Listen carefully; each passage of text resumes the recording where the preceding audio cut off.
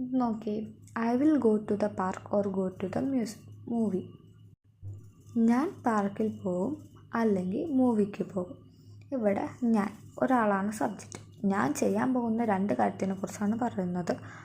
ഞാൻ ഒന്നില്ലെങ്കിൽ പാർക്കിൽ പോവും അല്ലെങ്കിൽ മൂവിക്ക് പോകും. ഇവിടെ go to the park or go to the movie, ഈ രണ്ട് actions, go to the park, go to the movie, ഈ രണ്ട് actions, go to the park, go to the movie, ഈ രണ്ട് ആക്ഷൻസിനെ കണക്ട് ചെയ്യുന്ന കൺജങ്ഷനാണ് ഓർ. രണ്ട് ഓപ്ഷനാണ് നമുക്കിവിടെ തന്നിരിക്കുന്നത്. ഒന്നില്ലെങ്കിൽ സബ്ജക്റ്റ് പാർക്കിൽ പോകും അല്ലെങ്കിൽ മൂവിക്ക് പോകും. സബ്ജക്റ്റ് ഒരാൾ ചെയ്യുന്ന രണ്ട് ആക്ഷൻസിനെ കണക്ട് ചെയ്തിരിക്കുകയാണ്.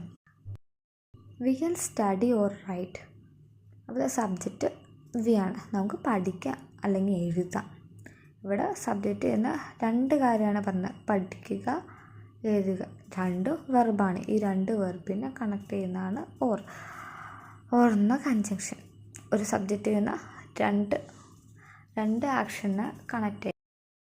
Okay, I was hungry but didn't have nothing to eat. എനിക്ക് വിശക്കുകയായിരുന്നു, പക്ഷെ എൻ്റെ കയ്യിൽ ഒന്നും ഉണ്ടായിരുന്നില്ല കഴിക്കാനായിട്ട്. ഇവിടെ ഐ ആണ് സബ്ജക്റ്റ്, എന്നെക്കുറിച്ചാണ് പറഞ്ഞത്. ഞാൻ പറയാണ് ഐ വാസ് ഹാങ്ക്രി, എനിക്ക് വിശക്കുകയായിരുന്നു, എൻ്റെ കയ്യിൽ കഴിക്കാനായിട്ട് ഒന്നുമില്ല.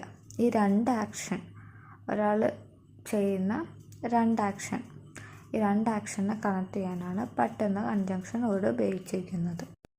I wanted to buy a car but didn't have enough money.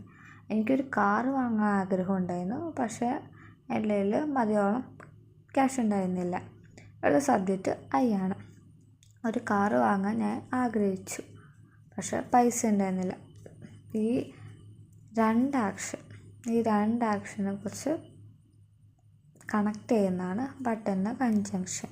Conjunction കഴിഞ്ഞ് വരുന്നത് എപ്പോഴും ഒരു വെർബായിരിക്കും. ആ വെർബ് എന്ന് പറഞ്ഞിട്ടുണ്ടെങ്കിൽ അതെപ്പോഴും സിംഗുലറായിരിക്കും.